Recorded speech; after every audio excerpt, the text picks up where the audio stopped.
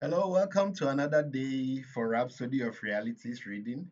And today is the 1st of May 2025. All right, so the topic for today is divine competence.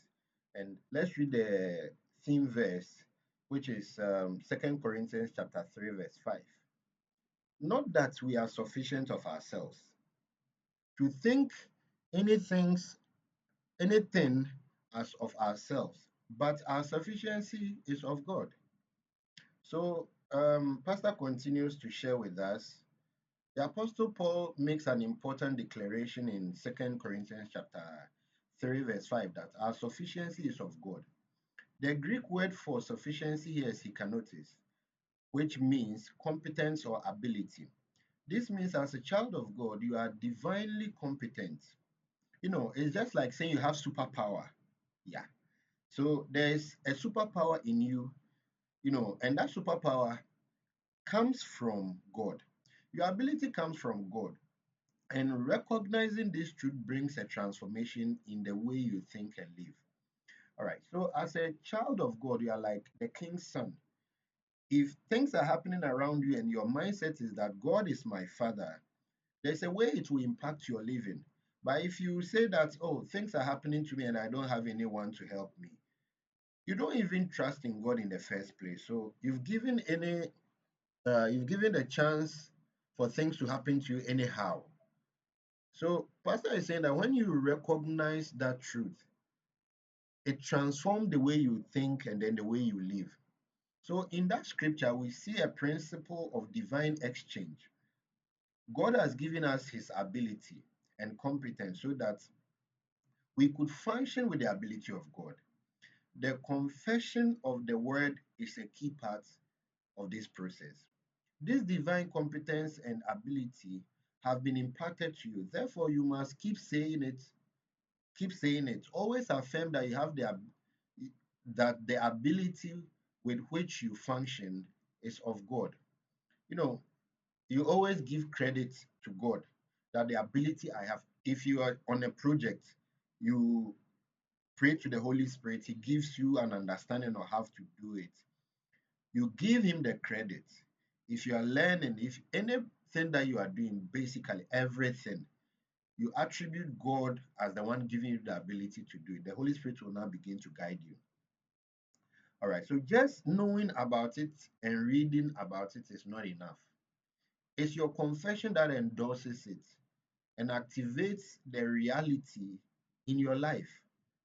So every so often, you may say, my sufficiency is of God.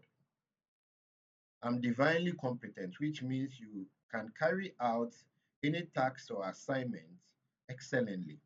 You align yourself with God's truth. This act allows God to work with you, guiding you by His Spirit to walk in the fullness of His divine power. It is also important to understand that while your confession immediately aligns with God's truth, growth is a journey. Remember this, growth is a journey. Even when you were born, it didn't take you one day for you to become who you are, it took time. So when you are walking with God, also expect the Word of God to work with you over time. Don't give up. That's what it means. Don't give up. Give in to the word of God and let it be the one propelling you in every day what you do. God will guide you on the right path. He will bring the right opportunities and experiences to help you develop fully in His divine competence. So that when you meet challenges, the very first point of call will be God. And once you speak to God and then He guides you, you are able to solve it, and voila, you keep on moving. That is how Christians who have grown have been doing it. God is their sufficiency, God is their competence. For me, God is my sufficiency, God is my competence. I want you to pray this prayer after me. Dear Father, thank you for the divine competence and ability you have empowered me with.